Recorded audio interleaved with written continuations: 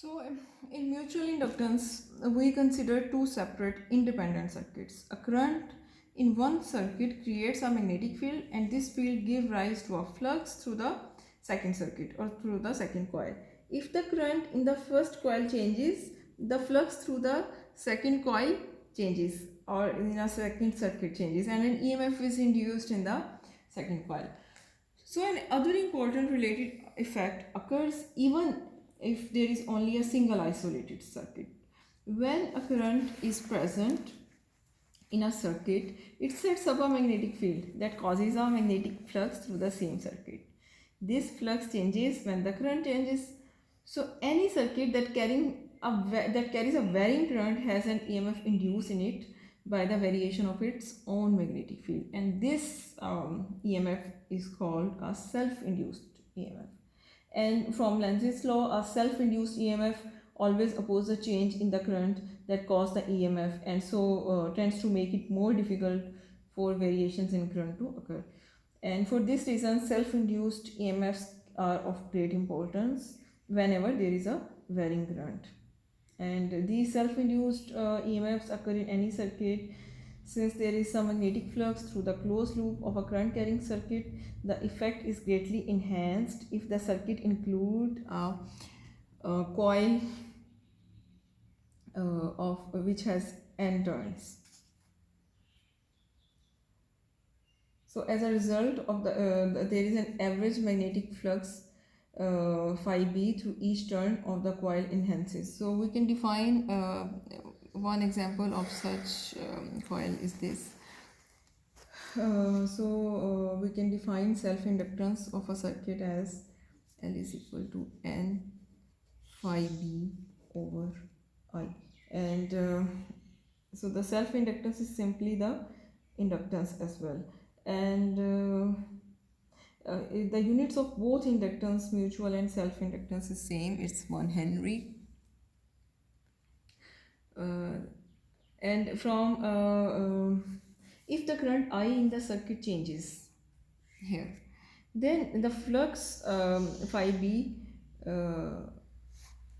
also changes, and we can take the derivative of this equation here with respect to time. So the rates of change are related by n d phi b over dt is equal to L di over dt. And from Faraday law, the self-induced EMF is equal to minus n d phi b over dt, and this one becomes minus L di over dt. So self-induced EMF, and again the minus sign is a reflection of Lenz's law. Inductors are a circuit device that is designed to have a particular inductance is called an inductor or a choke, and in circuits for an inductor we represented it with this symbol. And like resistors and capacitors, inductors are among the indispensable circuit elements of modern electronics, and their purpose is to oppose any variations in the current through the circuit. And an inductor is a direct current circuit helps to maintain a steady current despite any fluctuation in the applied EMF.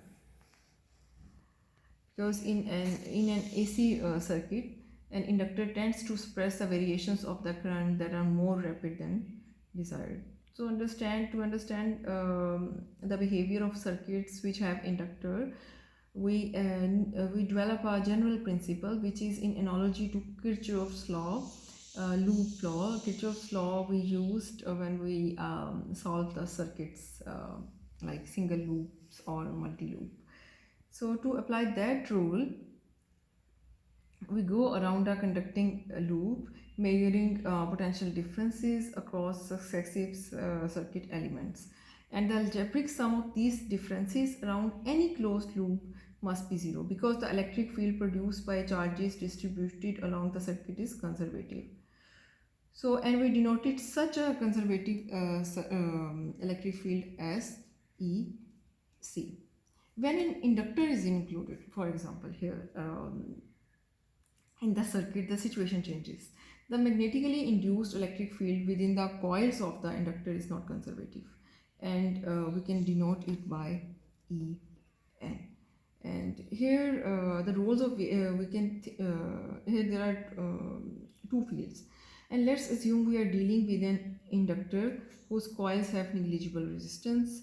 Then a negligibly small electric field is required to make charge move through the coils. So the total electric field within the coils must be zero, even though neither field is individually zero. So because this is non-zero, we know there have to be accumulations of charges on the terminals of the inductor and the surfaces of its conductor to produce the field. So here the box contains some combination of batteries and variable resistors that enable us to control the current in the circuit.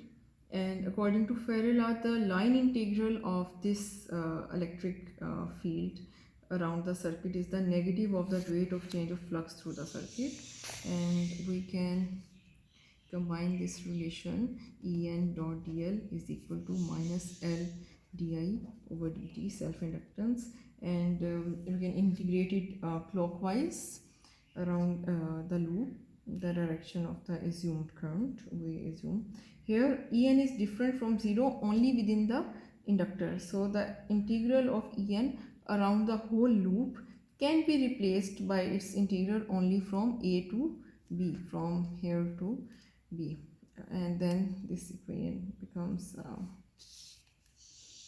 to B En dot dl equal to L di over dt. This integral is just the potential VAB of point A with respect to point B. So we finally obtain VAB is equal to VA minus VB is equal to L di over dt.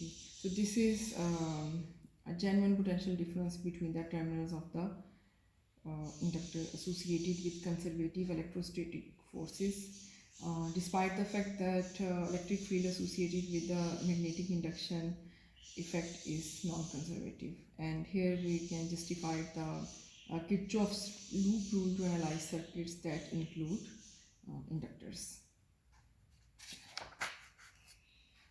So students, we are finished with this lecture.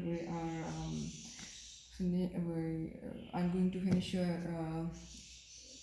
contents of the course, and I wish you good luck for your exams, which are going to be held on 8th of June.